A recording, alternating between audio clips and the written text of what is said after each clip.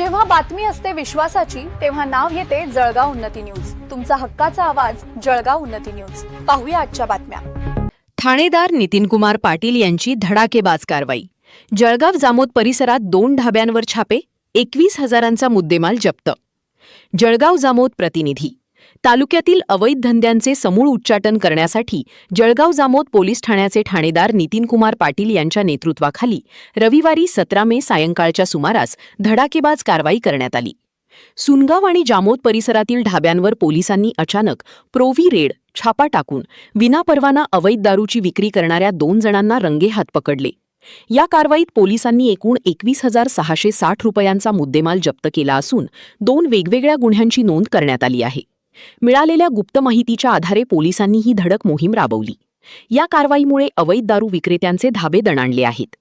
जामोद ते सोनाळा रोडवरील यश ढाबा येथे अवैध दारू विक्री होत असल्याची माहिती पोलिसांना मिळाली होती। त्यानुसार रविवारी सायंकाळी 7 वाजेच्या सुमारास पोलिसांनी पंचांसमक्ष छापा टाकला। त्या ठिकाणाहून ढाबा चालक मोहन शंकर धुर्डे वय 40 राहणार जामोद यांच्या ताब्यातून देशी दारू संत्रा 5,000च्या 100 बाटल्या किंमत 8,000 रुपये, किंगफिशर कंपनीच्या 10 बियर किंमत 2,000 रुपये आणि मॅकडॉवेल्स नंबर 01 विस्कीच्या 10 बाटल्या किंमत 2,010 रुपये असा एकूण 12,010 रुपयांचा माल जप्त करण्यात आला। तर दुसऱ्या कारवाईत सुनगाव रोडवरील हॉटेल निसर्ग ढाबा येथे सायंकाळी 5:50 वाजेच्या सुमारास छापा टाकण्यात आला।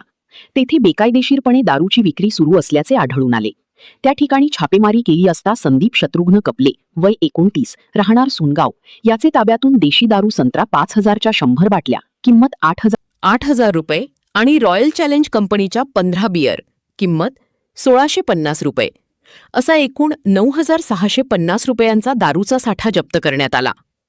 स्वतः ठाणेदार Nitinkumar Patil, PSI Amol Pandit, police constable Sachin Rajput, police constable Ganesh Tongale, चालक पोलीस कॉन्स्टेबल स्वप्नील झुंझारकर सहभागी होते। दोन्ही आरोपींवर महाराष्ट्र दारूबंदी कायद्याच्या दाका कलम 65E अन्वये गुन्हा दाखल करण्यात आला आहे।